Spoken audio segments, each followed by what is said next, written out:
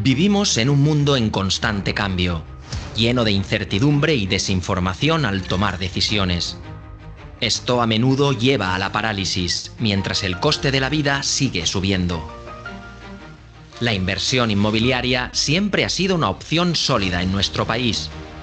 Sin embargo, cuando hablamos de inversiones inmobiliarias oportunísticas, aquellas que pueden generar altas rentabilidades, la accesibilidad y transparencia desaparecen. Hasta hoy. Te damos la bienvenida a Fencia, la plataforma de inversión que te permitirá acceder a oportunidades inmobiliarias de manera informada y transparente. En Fencia encontrarás distintas modalidades de inversión: compraventa de crédito, acuerdo de postura en subasta, cesión de remate y compraventa de inmuebles. Podrás participar en nuestras subastas y hacer tu mejor oferta con información y conocimiento. Una inversión que por primera vez está al alcance de todos.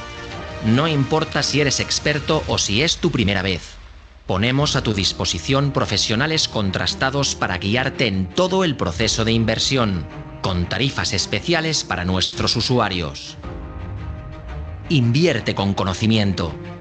Invierte con transparencia. Invierte en Fencia.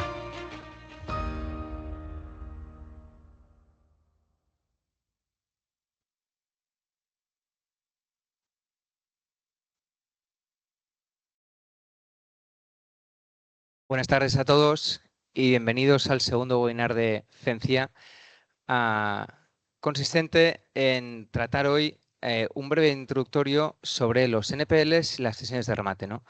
Un tipo de inversión que está creciendo mucho en los últimos años y que hoy pretendemos bajar a la tierra, explicar en qué consiste y dar unas cuantas pinceladas, al menos introductorias, para que todos podamos entender en qué consiste una inversión, un NPL, qué es un NPL, qué es una cesión de remate, qué riesgos entraña, qué debemos analizar cuando los tenemos enfrente y cómo se puede invertir este tipo de inversión.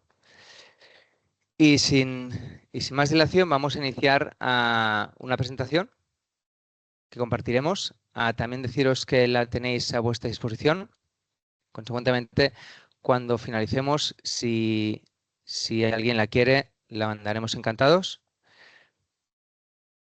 E iniciamos.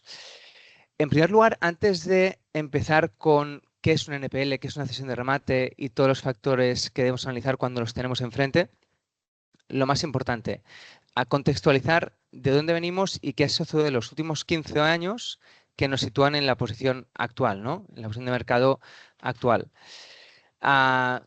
Esto nos lleva a la crisis financiera del 2008-2012, donde tras el estallido que hubo a nivel burbuja, la calidad crediticia que tenían los bancos era la que era bastante mala. Llegamos a unas tasas de mora por parte de los bancos españoles del 14%. Esa tasa de mora es altísima. Eso comporta que dentro de un balance de un banco el 14% de los préstamos esté impagado, y eso a nivel regulatorio, a nivel, dijéramos, gubernamental, comportaba un riesgo sistémico muy importante, y era que cualquier banco pudiera quebrar y hacer fallida, como también pasó, y que hubiera que gubernamentalmente rescatarlo, ¿no? Consecuentemente, ¿qué es lo que sucedió? El Banco Central Europeo presionó fuertemente al Banco Central Español y también a los bancos directamente para que desinvirtieran inorgánicamente estos volúmenes de NPLs que tenían en su balance, ¿vale? Préstamos impagados. ¿Por qué digo inorgánicamente? Orgánicamente hubiera sido simplemente que los gestores de recuperaciones del propio banco pues recuperaran esa mora, la trataran, la gestionaran e intentaran pues recuperar parte del impago.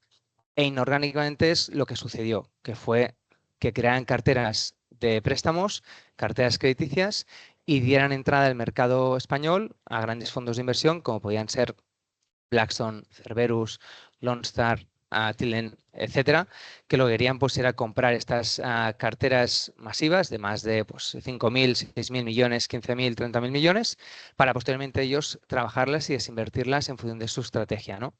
Si era una estrategia más financiera o una estrategia más inmobiliaria. ¿Qué ha sucedido desde el 2014, donde hubo esta entrada, dijéramos, por parte de los fondos de inversión y compraron grandes carteras, hasta hoy? La realidad es que la crisis se superó, ha habido una estabilidad de la tasa de mora que ha ido decreciendo a lo largo de los años hasta situarnos hoy alrededor del 3%. Hay entidades más saneadas como CaixaBank que puede estar en torno a un 2,5 y hay alguna otra que está en entornos de un 3,25 o 3,5. Pero en general son tasas de mora que son respetables, que no obligan a una desinversión orgánica y a tener que paquetizar y hacer grandes ventas de portfolios a fondos, ¿no? ¿Esto qué ha comportado? Ha comportado, por un lugar, que los bancos ya no tienen la necesidad de vender grandes carteras a fondos de inversión de forma masiva. No estamos viendo ventas de 5.000 millones, 3.000 millones, estamos viendo ventas de 300 millones, 600 millones y poquitas, no muchas. Y por otro lado tenemos a los fondos de inversión que entraron en el 2014, 15, 16 y en adelante, que han visto como el plan de negocio que tenían estructurado se les está alargando demasiado en el tiempo. ¿Por qué? Han cogido años que no han sido nada fáciles. Primero porque no teníamos una ley hipotecaria. España no había traspuesto la ley hipotecaria europea. Segundo, porque nos encontramos con la abusividad de cláusulas. Cláusula suelo, cláusula de vencimiento anticipado, cláusula de interés de demora. Y eso, evidentemente, pues dilató y ralentizó que los procedimientos judiciales avanzaran al ritmo que tenían que avanzar, ¿no? Y luego por un problema sistémico de los jugadores españoles, que son más lentos pues, de lo que todos desearíamos, y también entró en nuestro camino pues, el COVID, ¿no? Y contextualizado lo que ha sucedido hasta hoy, esto lo que permite es dar entrada a un inversor más mediano, más pequeño, que es patrimonialista, que es profesional, que por primera vez quiere invertir en NPL instituciones de remate, que bien asesorado pues, y entendido los riesgos tiene cabida y que por primera vez puede acceder de una forma transparente a este tipo de producto en el mercado. Ya contextualizado ya el por qué hasta dónde hemos llegado, ¿no? Y de qué puntos nos encontramos hoy y por qué puede ser una buena oportunidad de inversión para el pequeño inversor que hasta ahora no ha tenido tanto acceso a este mercado, pues ya empezar con hablar de la materia, ¿no? El NPL. El NPL es en el malentendido, no deja de ser el non-performing loan, que es lo mismo, sinónimo de préstamo impagado. Cuando se dice non-performing loan, para que lo entendamos todos, es que el préstamo no se comporta de forma correcta, se comporta de forma errática porque está impagando. ¿Cuál es el estándar bancario para considerar que un préstamo no se comporta correctamente? Pues más o menos cuando la mora supera los 90 días. En ese momento ya lo catalogan, tienen problema, hay un riesgo sistémico de impago y ya tienen que empezar con la parte dotacional. El banco se tiene que llevar ese préstamo a pérdidas, ¿vale? Los próximos 7 años. Cuando hablamos de un NPL o préstamo impagado, ¿qué diferencias podemos realizar?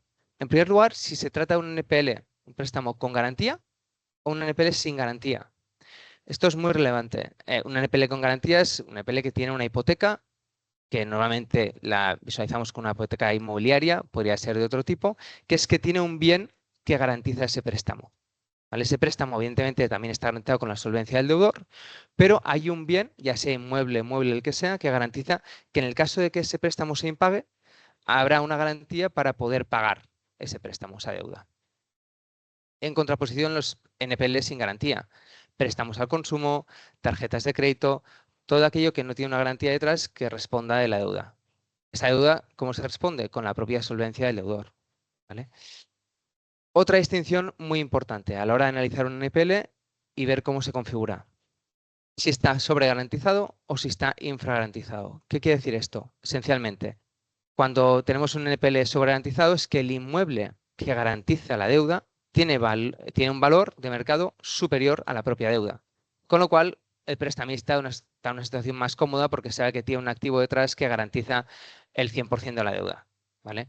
Cuando está infragarantizado sucede lo contrario. Tenemos una deuda, en este caso, pues de 300.000 euros, con un activo que ha sufrido tales depreciaciones que puede estar valorado en 100.000 euros. Consecuentemente, ese prestamista, esa persona que tiene ese derecho de crédito, sabe que tiene una parte que son 200.000 euros que no están cubiertos realmente con el inmueble. ¿Vale? Y eso pues, es importante analizarlo en un estadio inicial. Principales indicadores de un NPL. ¿En qué debemos fijarnos? En primer lugar, la deuda. ¿Cuál es el derecho de crédito que es objeto de cesión? ¿Qué se está transmitiendo? ¿Qué estamos adquiriendo? ¿Vale? En segundo lugar, el valor de mercado del inmueble que lo garantiza. ¿Cuál es el valor potencial de venta del inmueble en un mercado libre? Tenemos por un lado el derecho de crédito y tenemos el activo que lo soporta. ¿Vale? En tercer lugar, importantísimo. Luego andaremos en cada uno de ellos, ¿vale? Para ver realmente qué factores hay que analizar de cada parte. El estado judicial. ¿El préstamo está judicializado? ¿Sí o no? ¿Está vencido? ¿Sí o no? ¿En qué fase judicial está el procedimiento? En este caso, que ha iniciado el prestamista, sea el banco o el fondo. Esto nos lleva al siguiente punto, al cuarto. Tiempos judiciales, en este caso, de una desinversión forzosa, que es la judicial. El estado judicial nos va a marcar cuánto es el tiempo que vamos a tardar en tramitar un procedimiento judicial hasta la subasta y hasta la potencial adjudicación de ese inmueble en pago de la deuda. No es lo mismo comprar un NPL que está en una fase de demanda admitida o un NPL que está en una fase de subasta convocada o un NPL que está en una fase de no judicializado. Evidentemente los gastos son distintos y también los tiempos, con lo cual ahí hay que barajar el coste de oportunidad y el coste de apalancamiento y lo que supone tramitar un expediente durante más años que otros. Quinto lugar, el estado ocupacional. El inmueble que lo garantiza se trata de un inmueble que está vacío, está ocupado, está alquilado, vive el deudor, está siendo explotado porque es un local de negocio, un restaurante, un hotel. Es importante a efectos de cuando luego tratamos la parte posesoria, ver si la recuperación va a ser más fácil o más costosa en tiempo y quizá en incentivo económico. Sexto, importantísimo, el precio de compra. ¿Cuál es el precio por el cual estamos adquiriendo ese NPL? Es un indicador, un driver muy importante que nos permitirá luego determinar cuál es el retorno esperado en esta inversión. Y séptimo, importantísimo, la recuperación máxima conservadora, en un escenario realista y prudente. Luego trataremos este punto con especial cuidado porque hay quien cuando compra un NPL se piensa siempre que su escenario recuperatorio es el inmueble. Puede que sí, puede que no. Pero, por ejemplo, si compramos un NPL con una deuda de 100.000 euros con inmueble detrás que lo garantiza de 600.000, no podemos pensar que el escenario prudente es adjudicarnos el inmueble. Ese escenario maravilloso, fantástico, pero también improbable. Lo más prudente es pensar que vamos a recuperar el 100% de la deuda más intereses y costas, con lo cual ahí el driver del precio de compra va a afectar mucho en la rentabilidad esperada. ¿Vale?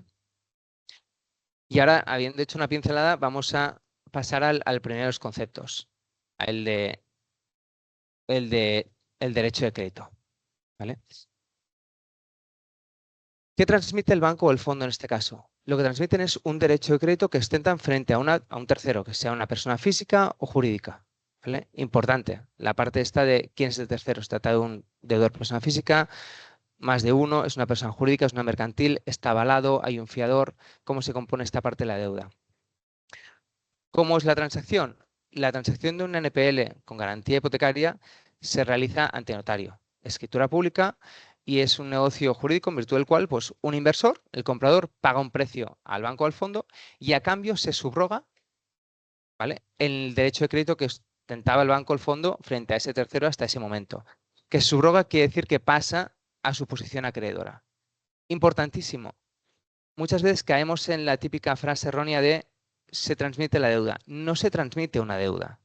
El que podría transmitir una deuda es el deudor, porque es el que tiene una deuda frente a un tercero, en este caso el banco o el fondo. Lo que se transmite es un derecho de crédito, un derecho de cobro. ¿Vale?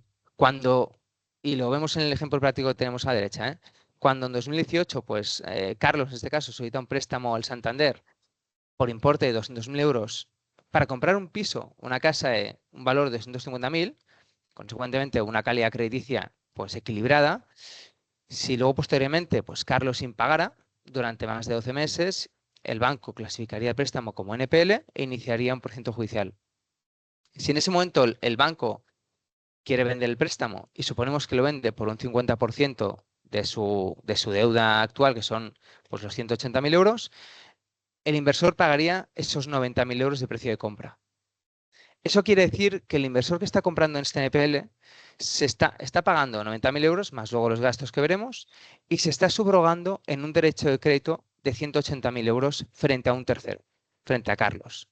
En ese momento Carlos tendrá que pagarle a él esos 180.000 euros, o si no, pues seguirá con el proceso judicial hasta la subasta y hasta la potencial adjudicación del inmueble, ¿vale? Con lo cual, no se transmite una deuda, se transmite un derecho de crédito. Datos importantes que debemos fijarnos en la operación cuando tenemos el foco puesto en el derecho de crédito. ¿Cómo se compone esta deuda, este derecho de crédito? ¿Qué importe es el principal? ¿Qué importes son los intereses ordinarios y a qué tipo se han calculado? ¿Qué importes son los intereses de demora y a qué tipo se han calculado? ¿Y cuánto esperamos, dijéramos, poder imputar de costas judiciales que no dejan ser los costes del procedimiento judicial? Aquí ha habido un punto muy importante y que hemos vivido todos los últimos años, y es la importancia de analizar la abusividad de cláusulas de las escrituras, ¿vale? Hemos visto desde el 2015 que han salido pues, los pleitos masivos por cláusula suelo, cláusulas de vencimiento anticipado, intereses de demora. Nos encontramos con escrituras con unos intereses de demora del 20 y pico %. Esto, hoy en día, a no ser que el deudor que tenemos detrás sea una persona jurídica o una mercantil, debemos asumir que es un interés que no tiene cabida y que no tiene que ser aplicado, ¿vale? Esto es importante tenerlo en cuenta porque cuando calculamos la deuda que estamos adquiriendo, lo cual nos va a jugar a múltiples factores, tenemos que ser realistas y prudentes en ese cálculo. Punto 2. El deudor. ¿De quién se trata? ¿Se trata de una persona física? ¿De dos? ¿Se trata de una persona jurídica? ¿Es una mercantil? ¿La mercantil cómo está? ¿Es una sociedad que ha quebrado? ¿Tiene actividad? ¿En qué punto está? ¿Hay avalistas? ¿Hay fiadores?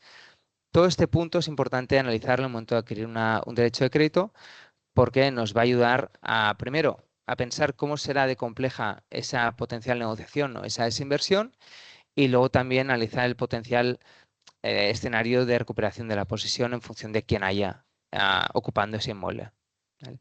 Punto 3. Vencimiento del préstamo. ¿Qué quiere decir vencimiento del préstamo? Imaginaros que las cuotas son de 1.000 euros y el préstamo se impaga, y durante cada mes se impagan los 1.000 euros de cuota más los intereses ordinarios que tiene ese préstamo. Y durante 12 meses pues, se acumulan 12.000 euros de principal más luego los intereses ordinarios. Esa es la parte vencida del préstamo que no se ha atendido, 12.000 euros más intereses. Pero el préstamo es mayor, porque quizá hay detrás 100.000 euros más que todavía no están vencidos porque no ha llegado su calendario de vencimiento. ¿Qué sucede? Cuando una persona en España impaga más de 12 meses, como norma general, la nueva ley hipotecaria lo que establece es que el banco, fondo o el prestamista que ostenta la posición acreedora puede vencer anticipadamente todo el préstamo. ¿Esto qué quiere decir? Que automáticamente desde ese momento le va a decir, le va a mandar un burofax, le va a dar 30 días a esa persona para que pague el importe vencido, esos 12.000 euros, y si esa persona no paga el importe vencido durante esos 30 días, automáticamente puede vencer y reclamarle los 112.000 euros. Que esos 112.000 euros es el importe que se va a fijar para presentar la demanda judicial ante el juzgado, ¿vale? Cuarto punto, importante analizar si el inmueble es bien habitual o no. ¿Por qué? Porque en caso de llegar a una subasta judicial, aplicar unos porcentajes u otros en la adjudicación. Luego lo veremos también con más calma. Quinto, ¿cuál es la responsabilidad hipotecaria? El término responde por sí mismo y es sobre qué importe el inmueble al ejecutarlo responde respecto a la deuda. Puede ser que tengas una deuda de 900.000 euros que estás ejecutando judicialmente, pero el inmueble respecto a tu préstamo únicamente responde de 600.000. Pues consecuentemente, en el caso de que vayas a una subasta y haya alguien que puje y ponga 750, únicamente los 600.000 estos irán destinados a cubrir tu parte de derecho de crédito. ¿Cuál es la tasación a efecto de subasta? En este caso, cuando las partes, lo veremos también más adelante, cuando las partes formalizan el préstamo, acuerdan una valoración del inmueble que en caso de que sea subastado en el futuro derivado de un impago, sea la valoración que tenga, dijéramos, validez y se tenga en cuenta efectos de calcular los porcentajes en la adjudicación, ¿vale? Y el último, que ya lo hemos dicho antes, ¿cuál es el estado ocupacional del inmueble? El segundo punto, el que para mí es casi más importante. Analizado, dijéramos, el derecho de crédito que tenemos y que vamos a adquirir, analizado evidentemente el valor de mercado del inmueble, del colateral que estamos que estamos, dijéramos, que tenemos en garantía ese derecho de crédito. El punto 3 es el procedimiento judicial, ¿vale? 3 preguntas principales. ¿El préstamo ha sido judicializado, sí o no? ¿Por qué es importante esto? Porque si ha sido judicializado, ya el préstamo ya ha sido vencido, ya se han enviado a los burofax de reclamación, ya se ha hecho la preparación documental, con lo cual se han recabado las escrituras originales para poder judicializar, y ya tenemos el procedimiento judicial, dijéramos, presentado al juzgado y en marcha. Con lo cual es mucho más fácil el trámite de subrogarnos en algo que ya ha empezado alguien correctamente y simplemente seguir este trámite. Si no, ¿qué hay que hacer? Pues lo que os decía, hay que enviar el burofax, hay que hacer el requerimiento de pago, hay que vencer el préstamo, hay que hacer la acta de fijación de saldo y hay que presentar la demanda para iniciar ese procedimiento. ¿Cuándo se puede judicializar un préstamo? También os lo comentaba antes. En España, la norma general, la que podemos coger como criterio es cuando el impago, dijéramos, se acumula durante 12 meses o un 3% sobre el valor del momento de concesión. ¿Vale? Pero quedaros con el margen temporal de los 12 meses. Tenemos que esperar 12 meses para poder judicializar esa posición. ¿Vale? Antes las escrituras de préstamo ponían que podías hacerlo al mes, a los 3 meses.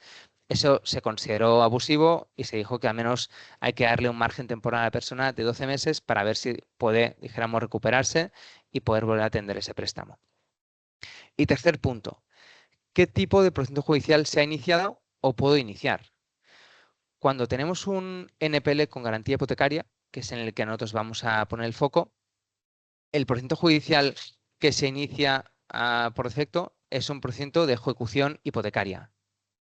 ¿Qué quiere decir esto? Es un procedimiento cuyo objeto esencial consiste en ejecutar ese inmueble para lo que se obtenga con él, pagar la deuda, satisfacer la deuda. ¿Vale? Puede ser que se satisfaga totalmente, parcialmente, ya sea económicamente o vía adjudicación del inmueble. ¿Vale? Pero es importante ver si el procedimiento judicial que se ha iniciado es un procedimiento de ejecución hipotecaria, que es que ejecuta el inmueble que tenemos detrás como garantía, o es otro procedimiento judicial distinto. Puede ser que haya un procedimiento de ejecución dinerario, puede ser que haya un concurso de acreedores. Esa parte hay que analizarla y ver qué tenemos. ¿Por qué es tan importante el procedimiento judicial? Cuando compramos un NPL, lo primero que se nos puede pasar por la cabeza correctamente es, vamos a ver si hay una salida amistosa con, en este caso, el deudor.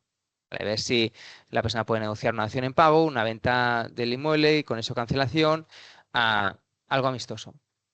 Cuando eso no es posible, tenemos que recurrir a un procedimiento judicial, ¿vale? Y que sea, evidentemente, pues un juez el que vaya tramitando y el que desinvierta esa posición vía forzosa en la subasta, ya sea adjudicación o vía pago. ¿Por qué es también importante el procedimiento judicial? Porque nos vamos a encontrar muchas veces en que tenemos una hipoteca inscrita, que es la que estamos adquiriendo, es la que estamos, dijéramos, ejecutando, pero detrás de ella hay muchas deudas. Puede ser que haya pues, otras hipotecas de otras entidades que no hemos adquirido, puede ser que haya deudas con la Seguridad Social o Hacienda o un tercero que ha embargado, del tipo que sean. Estas deudas, en el caso de que estén, dijéramos, inscritas en el registro de la propiedad con posterioridad a la que hemos adquirido, si vamos a través de un procedimiento judicial y celebramos la subasta, se van a limpiar, van a desaparecer. El que se adjudique ese inmueble, dijéramos que va a adquirir el inmueble limpio de toda esa deuda posterior que había inscrita en el registro de la propiedad. Con dos excepciones, la deuda de IBI y la deuda de comunidad de los últimos 4 años.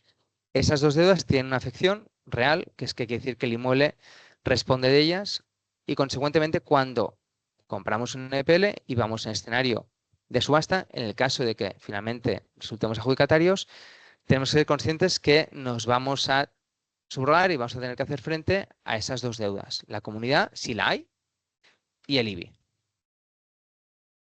Vamos a hacer una breve pincelada de los pasos del procedimiento judicial hipotecario para que los veáis, simplemente los tengáis. Si luego compartimos la presentación, los tendréis aquí estructurados. Y cuando analicéis un NPL, veáis en qué fase estáis, porque cuanto más avanzado estéis, pues dijéramos, más facilidad en la desinversión vais a tener. ¿Vale? En primer lugar, todo se inicia con la presentación de la demanda al juzgado competente. Pasado este trámite, lo que hace el juzgado es analizar si la demanda cumple los requisitos formales para ser admitida y en el caso de que así sea, la admite a trámite. En la misma resolución que la admite a trámite, lo que hace es que ejecuta. Y esa ejecución lo que comporta es que requiere al deudor para que pague en el plazo de 20 días. O si considera que hay algún motivo de oposición, se oponga también en el mismo plazo. ¿Por qué se podría poner el deudor? Pues se podría poner básicamente por motivos de forma, y es que no se ha aportado la documentación que se tenía que aportar, o porque le estamos pidiendo más dinero del que realmente se debe. Por ejemplo, debe 300.000, le están pidiendo 400.000 euros porque había un error a la hora de calcular la deuda. Pero son unos motivos que establece la norma y que son muy tasados y que no admiten cualquier motivo de oposición por parte del deudor. Pasado este trámite, si el deudor no paga y tampoco se opone, lo siguiente es que lo que hace el juzgado es certificar cargas al registro de la propiedad. ¿En qué consiste este trámite? Esencialmente, lo que hace el juzgado es emite un mandamiento que se lo manda al registro de la propiedad y le dice, esta hipoteca se está ejecutando en mi juzgado. Que lo sepas y que lo sepan todos los que pidan una nota simple de la finca, incluidas las cargas posteriores que pueda haber inscritas. Acto seguido, el ejecutante, el que tiene el derecho de crédito, solicita la subasta pública del BOE. Siguiente fase, el juzgado lo analiza, procede, dicta decreto convocando la subasta pública del BOE y emite un edicto de subasta. ¿Con qué? Con las normas que van a regir y se van a aplicar en ese proceso de subasta. Básicamente, ¿cuál es el derecho de crédito que está siendo objeto de ejecución? ¿Se trata de una vivienda habitual, sí o no? El estado posesorio, si se conoce. Y luego, pues los porcentajes de adjudicación que van a aplicar en la subasta que se celebre en el BOE. Acta seguido, el ejecutante recibe una tasa 791, que es una tasa administrativa, que son 80 euros de tasa, y lo que hace es pagarla, y en el momento en que la paga, ya se inicia la subasta pública del BOE, la cual dura 20 días naturales. Cuando finaliza la subasta del BOE, automáticamente el ejecutante, si no hay postores, puede solicitar la adjudicación del inmueble y se puede reservar la facultad de ceder el remate, que luego ya contaremos con mayor detalle. Seguidamente se dicta el decreto de adjudicación del inmueble a favor del adjudicatario, ya sea un tercer postor que ha hecho la mejor oferta en la subasta del BOE o el propio ejecutante, porque al final ha resultado el adjudicatario. Y acto seguido emite un testimonio que es el testimonio que el adjudicatario va a tener que inscribir en el registro de la propiedad para poner la finca a su nombre. Pasados todos estos trámites y ya con la finca a nombre del adjudicatario, ¿qué nos queda? La posesión. El activo está vacío, está ocupado, está alquilado, ¿en qué punto está? Si está alquilado, hay que analizar ese contrato de alquiler. Si está vacío, pues se puede solicitar dijéramos, la recuperación aparte del juzgado. Y si hay alguien viviendo ahí y que no ostenta un título válido para seguir viviendo ahí, hay que pedirle al juzgado que dicte una orden de lanzamiento de esa persona y dijéramos, evacúe, lo deje libre, en este caso, el juzgado. Hablado ya de la parte del estado judicial del NPL, me centraré en la importancia de la tasación a efectos de subasta, ¿vale? Que tiene que ver en la parte de la subasta, que hablamos del BOE. Cuando se formaliza el préstamo hipotecario, se acuerda una valoración del inmueble, ¿vale? Que será la que aplique en caso de que subaste el bien en un proceso judicial de subasta, como antes hemos explicado. Esta valoración no está sujeta a fluctuaciones de mercado, porque lo que pretende, dijéramos, el sistema, y en este caso, pues el prestamista y el deudor, el banco y el deudor, es que cuando se formaliza esa hipoteca, pues si el inmueble se deprecia o si incrementa valor, pues no fluctúe a efectos de una potencial subasta a futura por incumplimiento del propio deudor, ¿vale? En este caso, ni que le perjudique ni que le favorezca. ¿En qué nos va a impactar esa tasación a efectos de subasta? En primer lugar, hay que determinar si es vivienda habitual o no es vivienda habitual. Evidentemente esto es bastante más complejo, con lo cual os voy a explicar resumidamente, os voy a hacer dos pinceladas, pero dudas, etcétera, las planteamos a posteriori y podéis totalmente a vuestra disposición para aclarar lo que sea necesario. Cuando no es vivienda habitual, en la subasta, el adjudicatario, el juez, puede adjudicar el inmueble entre el menor de la deuda o el 50%. ¿Vale? Ahora lo veremos en un ejemplo práctico. Cuando es vivienda habitual, por el contrario, los requisitos se endurecen. ¿Por qué? Porque lo que pretende, dijéramos, el legislador es proteger más a la persona que está viviendo ahí y esa es su vivienda habitual. Veámoslo con dos casos prácticos. Imaginemos en el ejemplo 1 que hemos adquirido el derecho de crédito, el NPL, por 210.000 euros. ¿Vale? La tasación a efecto de subasta en la subasta que se dio en el BOE es de 400.000. ¿Cuál es el valor de mercado del inmueble? 300.000. En este caso no es vivienda habitual. Consecuentemente, si no hubiera postores en la subasta, el importe de adjudicación serían 200. ¿Por qué? Porque tenemos por un lado el derecho de crédito en 210.000 y tenemos el 50% de los 400 que son 200. ¿Cuál es inferior de los dos? El 50% de los 400. Consecuentemente, el importe de adjudicación son los 200.000 euros. ¿Qué impactos hay aquí que tengamos que tener en cuenta? No hay ningún importe pago en el juzgado. Vemos que nuestro derecho de crédito son 210.000 euros y nos estamos adjudicando el inmueble por 200, con lo cual no hay ningún sobrante. Segundo punto, el ITP o el IVA, en este caso que debe tenerse en cuenta a efectos de calcular cuánto tenemos que pagar a Hacienda, lo marca el importe de adjudicación, los 200. Consecuentemente, cuanto más bajo sea este, mejor, porque menor impacto fiscal vamos a tener en esa parte de adjudicación.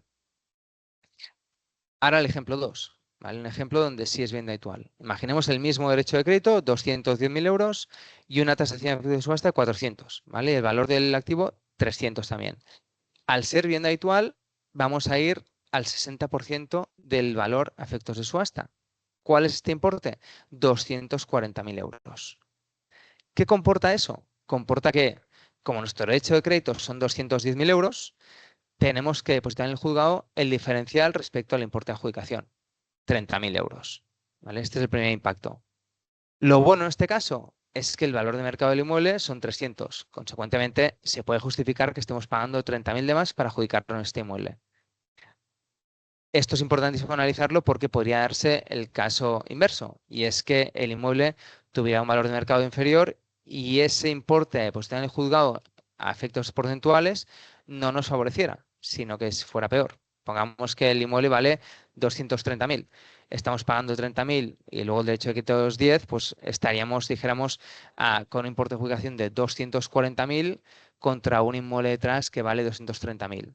Es cierto que hemos comprado ese derecho de crédito por importe inferior, pero bueno, hay que tener en cuenta estos factores para determinar en un escenario de subasta cuál va a ser el importe de adjudicación final, porque nos va a afectar en una potencial, dijéramos, pago de dinero depositado en el juzgado, y luego porque nos va a hacer de base para calcular el cómputo del ITP o del IVA que tenemos que abonar a Hacienda por la adjudicación.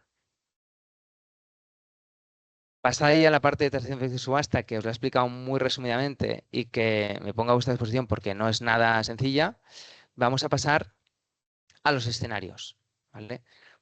¿Qué escenarios pueden suceder cuando adquirimos un NPL? El primero es que el deudor pague la deuda vencida y se ponga al día del préstamo. Es un escenario que puede suceder, ¿vale? Lo tenemos que tener en cuenta. ¿Que es complejo? Sí, porque estamos hablando de una persona que ha impagado un préstamo que lleva como mínimo 12 meses de impago, con lo que se supone en cuanto a acumulación de deuda, y que si está judicializado, pues igual lleva 2 años más de acumulación de impago. Consecuentemente, a esa persona no le va a suponer mucha facilidad ponerse al día y pagar y seguir luego con su calendario de amortización previsto. Segundo escenario, que el deudor venga y pague la totalidad de la deuda y amortice totalmente el préstamo.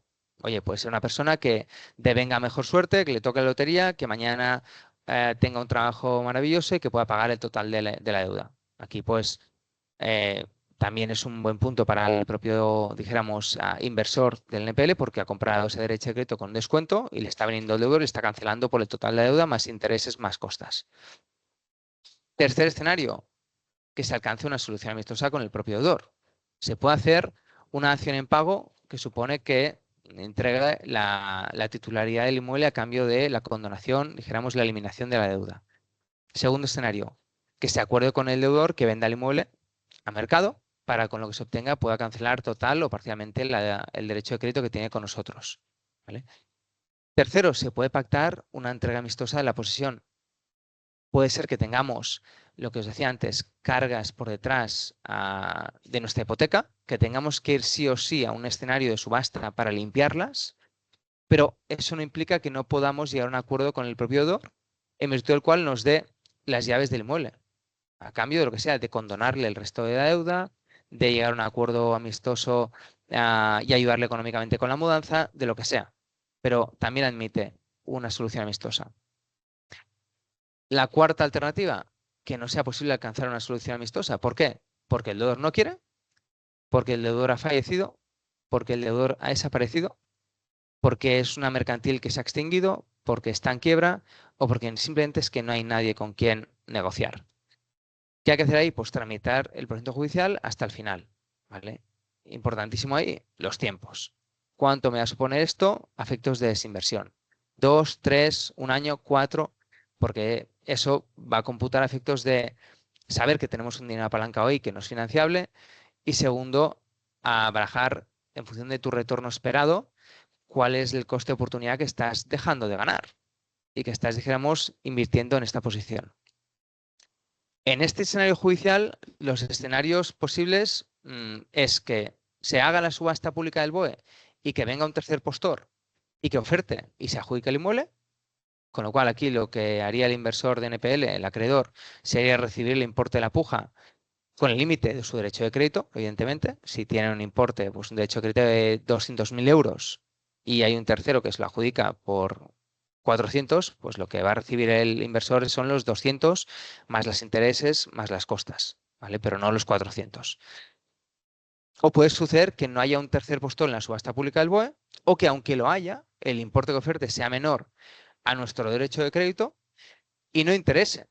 En este caso, pues el acreedor, el inversor, puede adjudicarse el inmueble y puede decidir entre adjudicárselo directamente y quedarse el bien inmueble o bien optar por ceder el remate, que es ceder ese derecho de adjudicación a favor de un tercero, como siguiente veremos, ¿vale? Que es una operación mucho más inmobiliaria que no la compra del NPL como tal. Expuestos los escenarios potenciales, ¿vale? Los cuales quería, dijéramos, dejar como base, quiero pasar al siguiente punto que para mí es súper importante, que es la recuperación máxima conservadora que tenemos que tener en cuenta cuando adquirimos un NPL. Cuando analizamos la compra de un NPL, se deben tener en cuenta, evidentemente, todos los factores que antes hemos comentado para estimar un escenario de recuperación prudente. Siempre tenemos que ser prudentes. Si luego, evidentemente, el business plan mejora porque resulta estar vacío, porque el motivo que sea, porque el jugador es más rápido de lo que estimábamos, fantástico. Pero tenemos que partir siempre de una rentabilidad esperada prudente, ¿vale? Y aquí importante, no podemos caer en el error de que cuando adquirimos un NPL, nuestra expectativa real es el inmueble, porque puede no serlo, ¿vale? Y vamos a ver dos casos para que realmente veáis aquí pues, cuál puede ser el impacto. Un caso sobregarantizado, ¿vale? Donde el inmueble vale mucho más que el derecho de crédito que ostentamos. Pongamos que tenemos un derecho de crédito que hemos adquirido de 250.000 euros. ¿Cuál ha sido el precio de compra de ese derecho de crédito? El 50%, 125.000 euros. ¿Qué tenemos detrás? Un inmueble que tiene un valor de mercado de 600.000 euros. Maravilloso. ¿Cuál es el escenario de recuperación prudente que tenemos que tener en cuenta para determinar cuál va a ser nuestra rentabilidad esperada? La deuda, es decir, el derecho de crédito que hemos adquirido, los 250.000 euros más los intereses y las costas judiciales. El margen bruto aquí prudente de operación serán el diferencial, 125.000 euros, más los intereses judiciales que se apliquen y las costas procesales. Si luego tuviéramos la suerte de que en ese escenario de subasta no hay terceros postores, que nos adjudicamos el inmueble y el inmueble pues, vale esos 600.000 euros, eso es ganancia adicional que pues, puede ser triplicada, pero que no depende de nosotros en ese proceso de desinversión.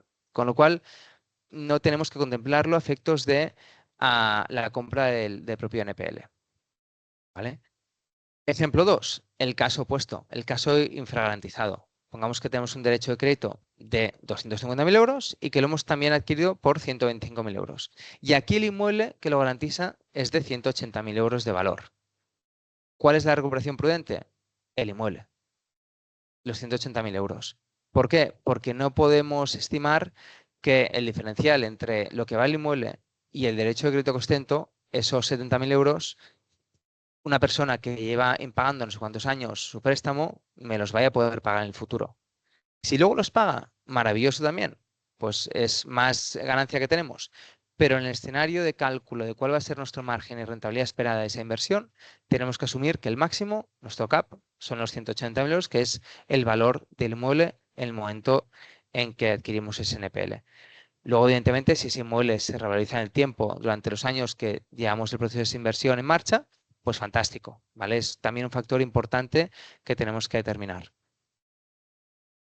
Expuestos, dijéramos, los escenarios y la recuperación máxima expectante que tenemos que tener en cuenta, yo quisiera ahora mismo pues, pasar por un caso práctico, ¿vale? De hecho, un caso que hemos transaccionado hace escasamente 2 meses y que nos servirá para ver el primero de los casos. Un caso de un activo, un NPL sobregarantizado. En este caso se trataba de un NPL con una deuda de 664.000 euros. ¿Cuál era el inmueble que garantizaba este NPL? Pues era ni nada más ni nada menos que un triplex de lujo en Mallorca, en Andratx, en la organización de Camp de Mar, a 100 metros del mar, dentro de un campo de golf, con 3 piscinas comunitarias, valorado estimativamente en unos 820.000 euros. El estado ocupacional vacío, porque el deudor pues había ido hace tiempo, estaba vacío. Y el estado judicial, muy importante, estaba en subasta convocada. ¿Vale? Consecuentemente, estaba bastante avanzado ya el proceso judicial y ya estaba para hacer la subasta en un corto plazo de tiempo. A efectos de calcular cuál es el retorno esperado y cómo modelizamos nosotros esa parte de inversión. Primero veremos el escenario 1, que es qué sucede en el caso de que compramos el NPL, ejecutamos, tenemos la suerte de que nos lo adjudicamos en subasta y luego tenemos que hacer la recuperación de la posesión, la reforma del inmueble con un CAPEX mínimo y luego la venta del mismo, ¿vale? Luego, evidentemente, el inversor puede tener distintas finalidades, patrimonializarlo, alquilarlo, venderlo, vivir él, lo que considere. Pero bueno, aquí dijéramos trabajamos en escenario de venta posterior. En este caso se vendió el NPL por 465.000 euros. ¿Qué hay que tener en cuenta al momento de comprar el NPL? El inversor va a tener que pagar una JD.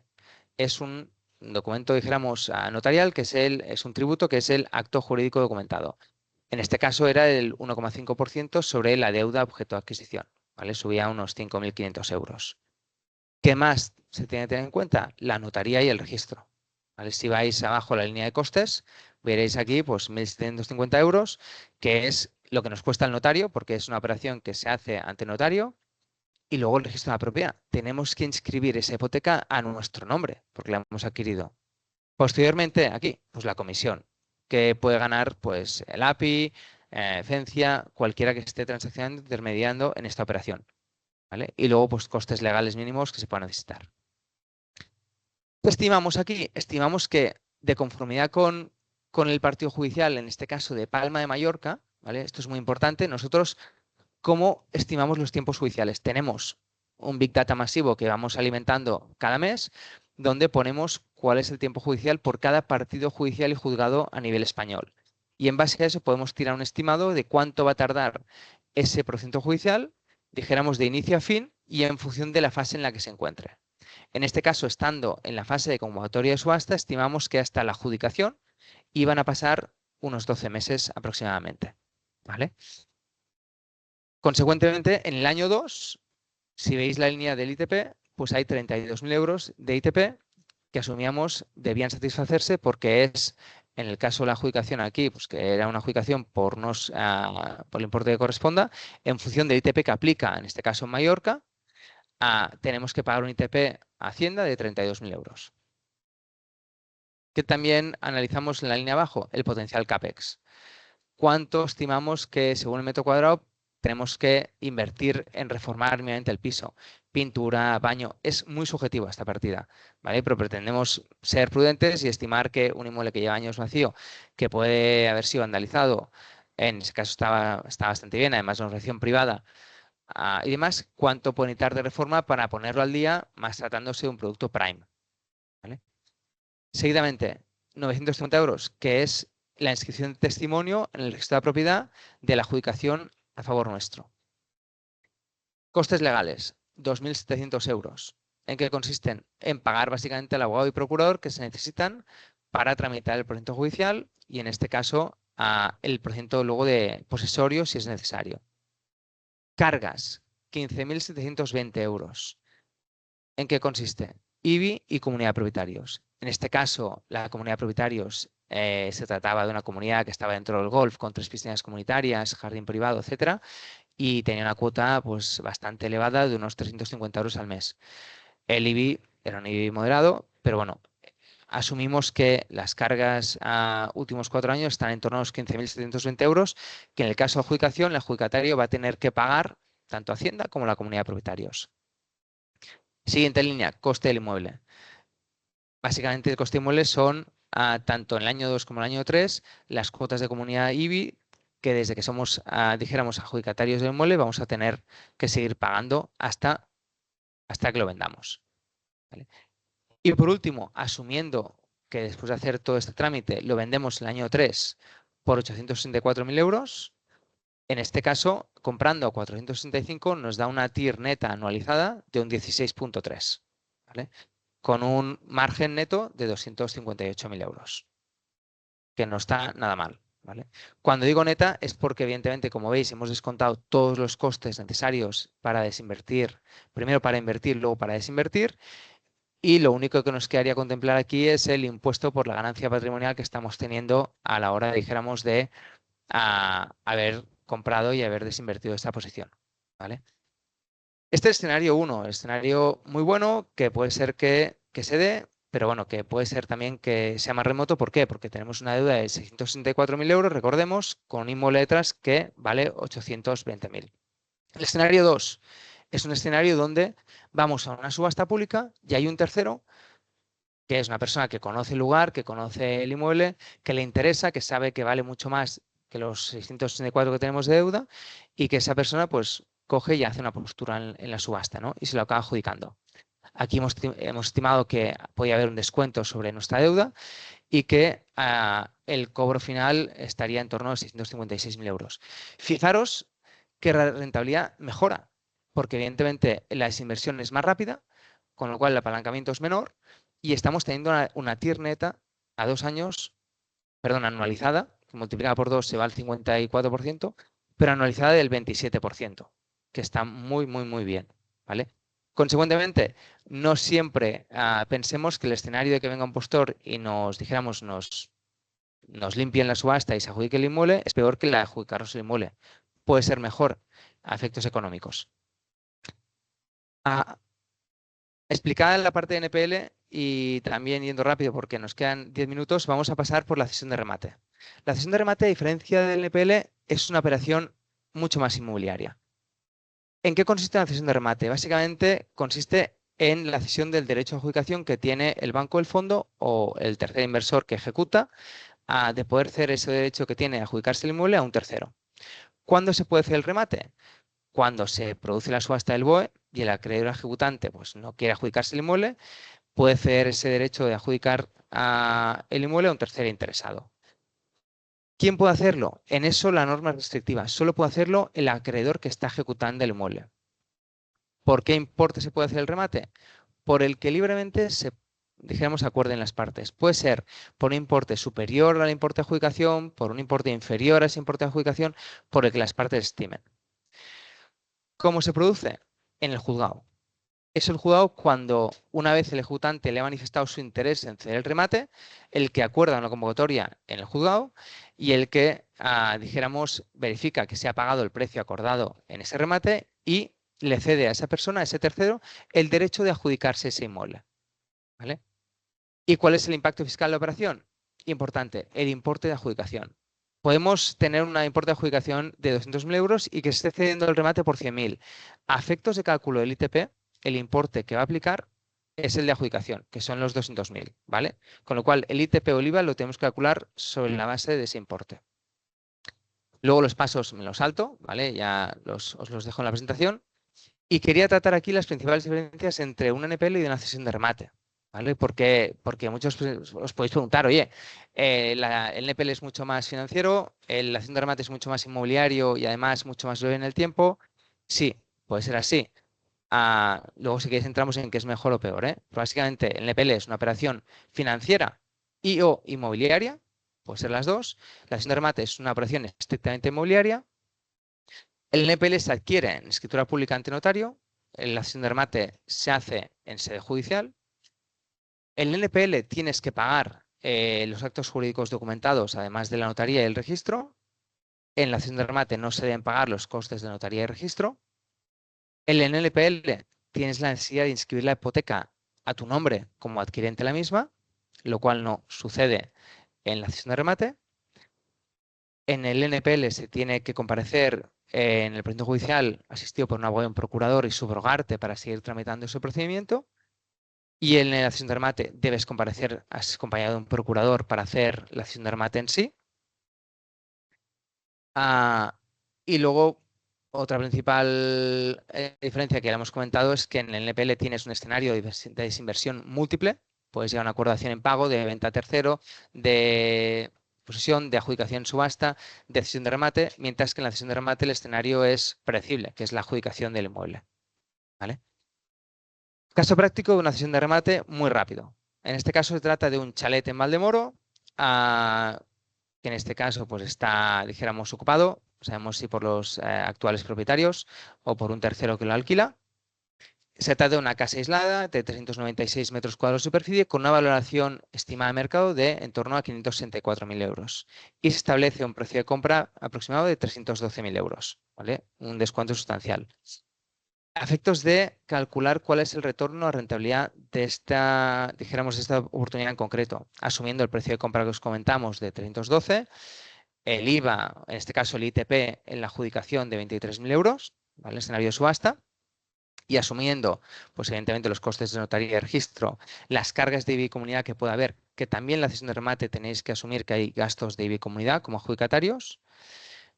Luego, posteriormente, pues un CAPEX de 10.000 euros y unos costes legales de procurador y abogado para poder, dijéramos, recuperar la posesión del inmueble.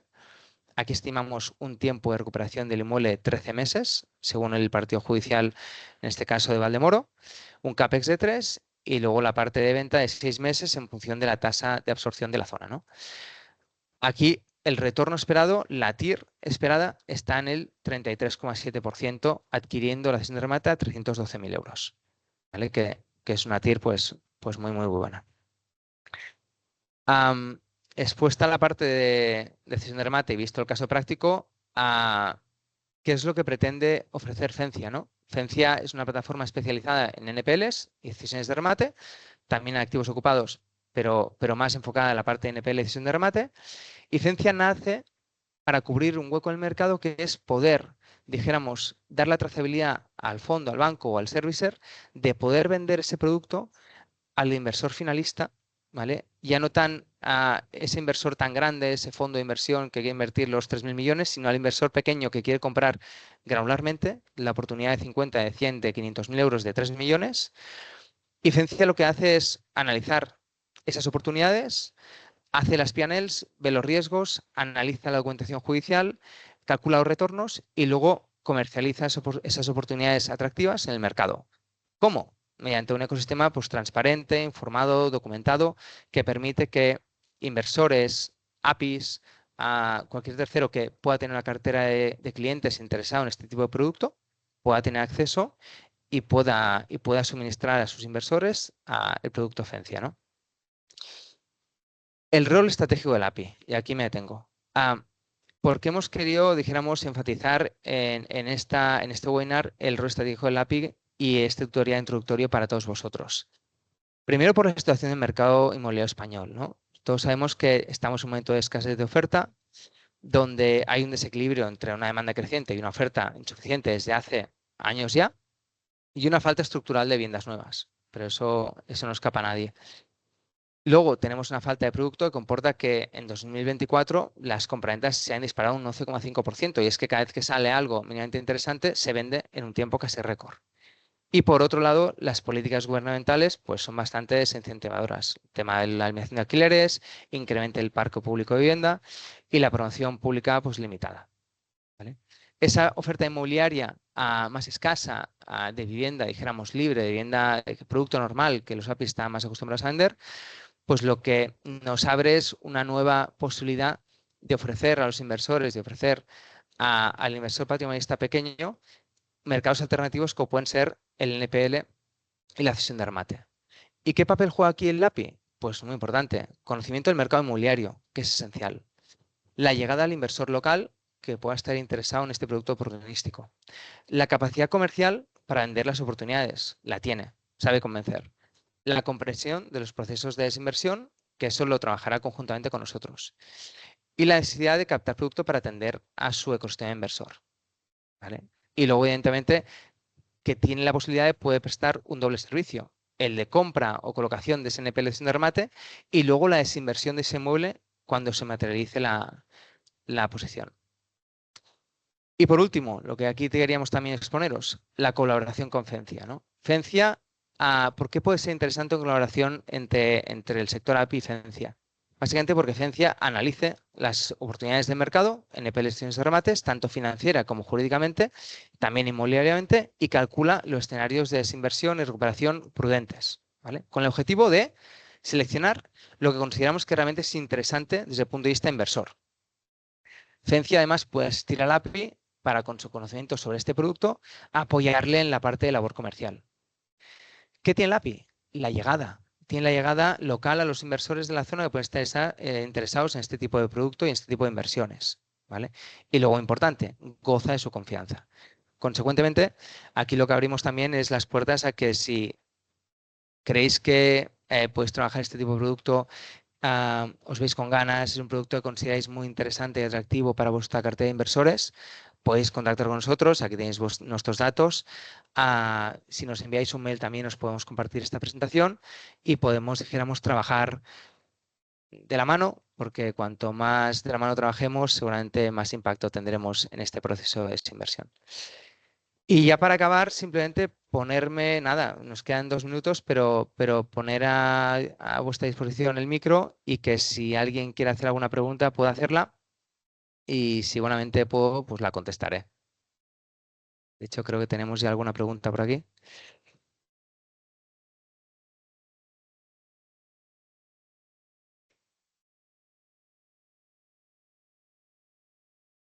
Es que tenemos una pregunta aquí, pero es un monográfico y es bastante larga. Te la voy a contestar si te parece en privado porque realmente es bastante larga. A ver, tenemos aquí una siguiente pregunta es ¿qué sucede si solo hay otras cargas como hipotecas, embargos terceras? Aquí ya hemos dicho que se limpia el resto de cargas en el escenario de subasta. ¿Recomiendas la cesión de remate por delante de la compra del NPL por ser menos los costes y adjudicarte el inmueble directamente? Depende. ¿De qué? Del precio. Si el precio es interesante, la compra de NPL puede ser mucho más interesante con la cesión de remate.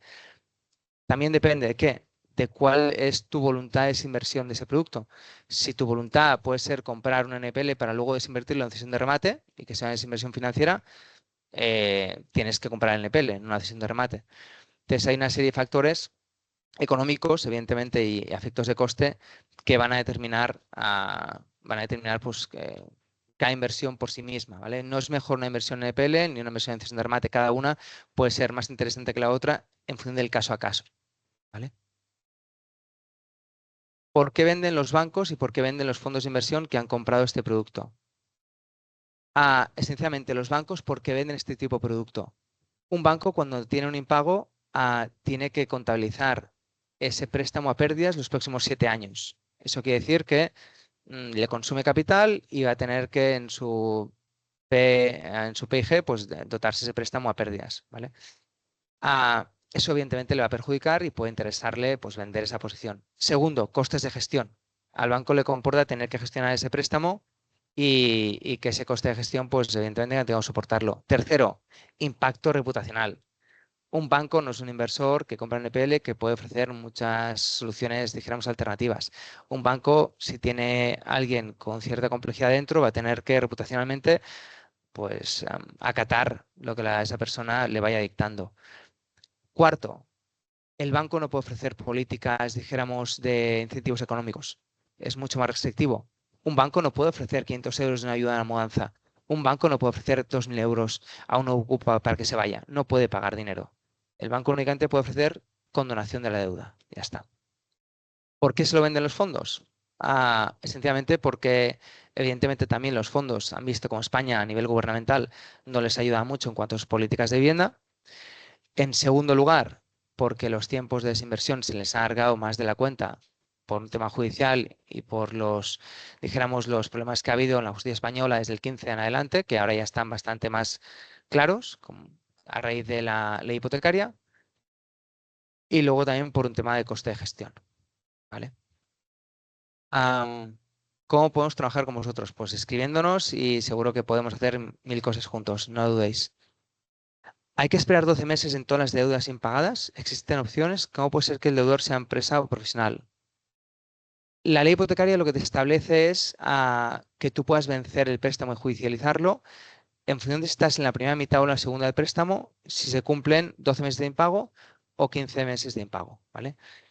¿Que puedes judicializarlo antes? Sí puedes, pero entonces podrías hacer una reclamación dineraria y reclamarle a esa persona el importe que te debe que se ha vencido hasta ese momento. Si tú quieres iniciar una ejecución hipotecaria, tienes que esperarte ese plazo previsto en la ley hipotecaria, ¿vale? ¿Cómo puede ser que el deudor sea una empresa o un profesional? Pues porque las sociedades también tienen derecho a poder solicitar un préstamo hipotecario. Puede ser que la sociedad sea la que es propietaria de ese inmueble que luego garantiza ese préstamo.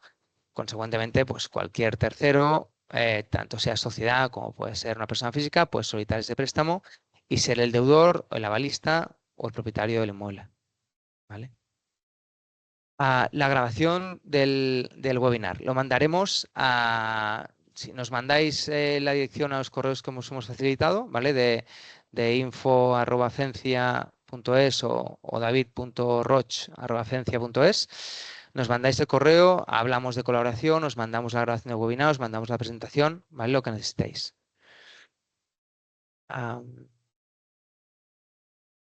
¿Qué más? Buenas tardes. Hay que cumplir también con los requisitos del MASC actualmente requerido en muchos eventos civiles, o este quedaría cubierto con los requerimientos que mencionas.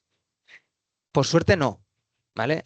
El procedimiento ejecutivo es uno de los procedimientos que queda fuera del requisito previo de tener que cumplir con el MASC, que es, para los que no lo conozcan, es las medidas alternativas de solución de conflictos, ¿vale? Se ha aprobado a nivel gubernamental que antes de presentar una demanda judicial, las partes tienen que hacer el intento de llegar a un acuerdo amistoso, ¿vale? ¿A través de qué? De una mediación, de un ofrecimiento. El procedimiento judicial está exento, en este caso, el procedimiento, perdón, de ejecución hipotecaria está exento. ¿Por qué? Porque había un requerimiento de pago previo, había una acumulación de impagos y luego ha habido un requerimiento de vencimiento, ¿vale? Consecuentemente, no hay que hacer este requerimiento dijéramos, de MASC previo. Y ahora, la presentación se enviará, sí, por favor, si nos mandáis, si no os habéis registrado y no tenemos vuestros correos electrónicos, si nos mandáis un correo a los que os hemos facilitado, os mandamos la presentación, ¿vale? Y a disposición. Y ahora ya nos pasamos 5 minutos. Si no tenéis más dudas, daremos por finalizada la sesión. Daros las gracias. La verdad es que se ha mantenido la asistencia muy elevada durante toda la sesión, me alegra. Y estad, dijéramos, atentos a los próximos webinars que vamos a ir organizando para hablaros de futuras oportunidades, de más tutoriales sobre este tipo de inversión que para nosotros es muy importante y seguramente creemos marcará la tendencia del sector en los próximos años. Y muchas gracias y buena tarde a todos.